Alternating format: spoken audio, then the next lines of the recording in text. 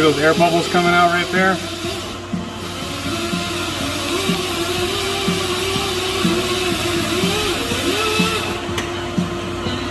That's where your exhaust leak is at, right there.